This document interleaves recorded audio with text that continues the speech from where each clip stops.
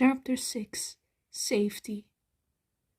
After the very touchy moment between Bendy and Your Name decided to give Bendy a shoulder ride. Well, he will play with the train, but he also had to be careful to not fall off of Your Name's shoulders. Bendy could have also followed Your Name while holding her hand in his gloved one, but he decided not to. You have no idea how happy Bendy is to see Squish alive and well, and is also surviving.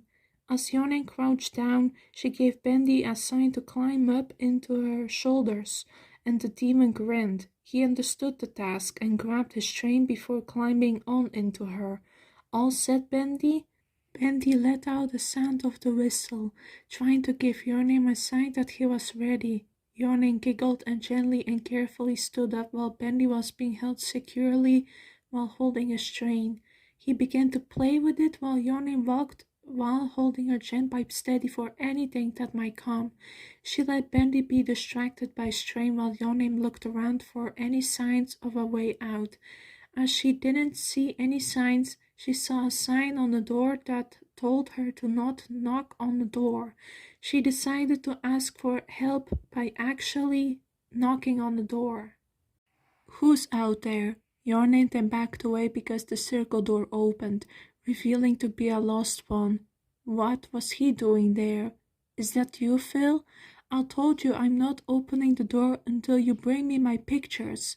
I drew 'em. I want them back." The lost one then closed the door. Your Name processed in her head what had happened. So she needs to search for all like 5 pictures in order for the lost one to open the door?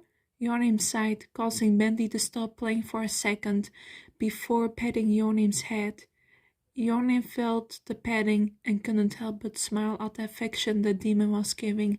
"Thanks, Bendy, darling." Bendy squealed at the nickname, causing him to hug Your Name's head while holding his train in his free hand. Your Name giggled as she went to walk, but then stopped in her tracks as she had a plan. She didn't want Bendy to get hurt, but also she felt like she'll hear someone very soon. She stuck her pipe away before taking gently Bendy off of her shoulders. The poor thing looked confused at her. Your Name kneeled down to his height and petted his head, causing Bendy to purr a bit before pulling her hand away gently. He wanted to know why she stopped. Your Name seemed to notice and sighed. "I want you to stay here, Benz. I want you just to stay safe because I have a feeling it might be dangerous in there. Something is telling me. Don't you feel it?" Bendy looked down and tried to feel it. What was she feeling it? The danger? What kind of danger? He then felt something in his gut. She was telling the truth? He looked up at her and nodded. He felt it too. Your Name nodded. "That's why I want you to stay here, love. Just be safe." Bendy understood that and nodded. He then looked down, feeling upset. He wanted to come with her, but he didn't want to know the secret form that he has. He had that form ever since he was born, but also Joey went insane and did experiments on him. That's how he was born. That's how Bendy found out about his darker form. But then Bendy did something very unexpected.